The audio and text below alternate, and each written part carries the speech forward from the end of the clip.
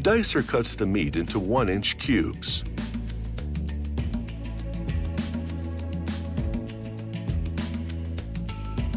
At the filling station, aluminum cans circulate around a rotating table. As one worker shovels cubed meat onto the center of the table, others manually fill cans, while simultaneously performing a quality inspection. Workers will discard any cubes that are discolored or too fatty. Next, technicians place a single cube of sea salt in each can filled with meat.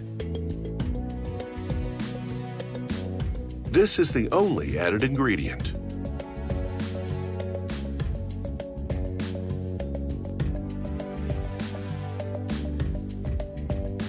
At the next station, workers weigh each can individually and either add or remove meat to reach the required weight.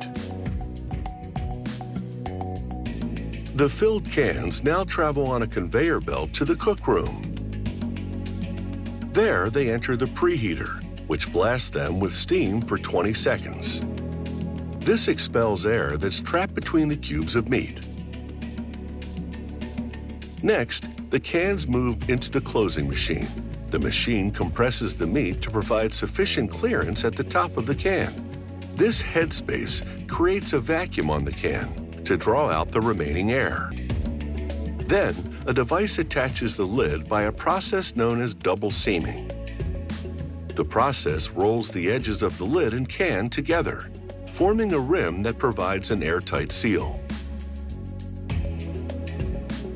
It's time to get cooking. A worker lowers the cans into a commercial-sized pressure cooker. Cooking under steam pressure produces the tenderizing effects of slow cooking in a fraction of the time. The meat cooks in its own juices. The cooking temperature varies depending on the type of meat and the can size.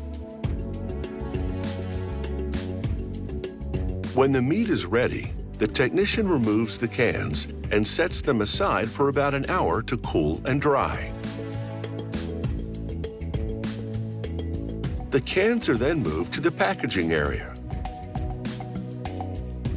As a worker loads the labeling machine, he inspects each can for dents or damaged seals.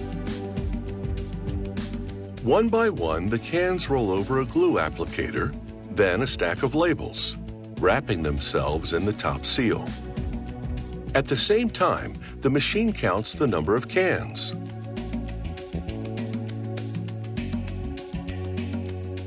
After rolling off the labeling machine, the cans pass through an inkjet printer which applies the best used by date.